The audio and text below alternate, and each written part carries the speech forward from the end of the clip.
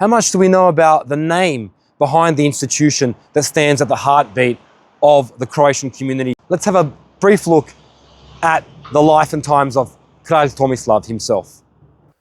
In the early 10th century, Croatia was not yet a kingdom. It was a land of duchies, the coastal Croats of Dalmatia and the inland Croats of Pannonia, caught between the great powers of the Franks, Byzantines, and Hungarians.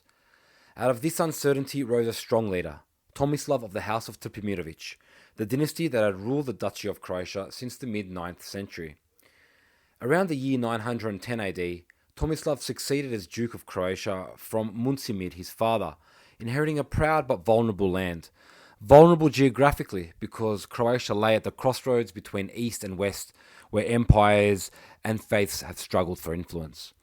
As Duke, Tomislav knew that Croatia was geographically vulnerable and moved to strengthen the state.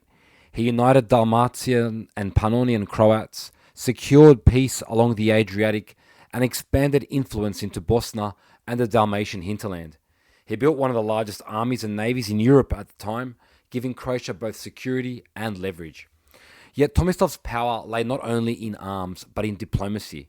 He cultivated strong ties with the papacy, presenting Croatia as a loyal Catholic realm in a contested frontier, whilst also striking a delicate balance with the Byzantine Empire, whom he allied with against the Bulgarians. It was these successes, political, military, and diplomatic, that convinced Pope John X to acknowledge Tomislav as Rex Croatorum, King of the Croats.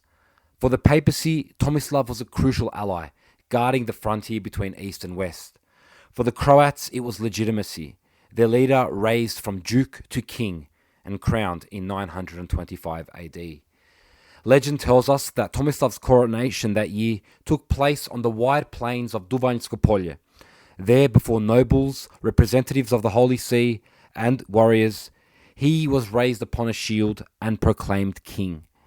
At its height, Tomislav's Croatia stretched from the Drava River in the north to the Adriatic Sea in the south, and from Istra in the west to the Drina River in the east. It was a realm that united Dalmatia, Pannonia, and Bosnia under one crown, recognized by Rome and respected by Constantinople. For Croatians, he remains the symbol of nationhood, the first crowned king, Rex Croatorum, who gave his people unity, strength, and recognition in the eyes of the world.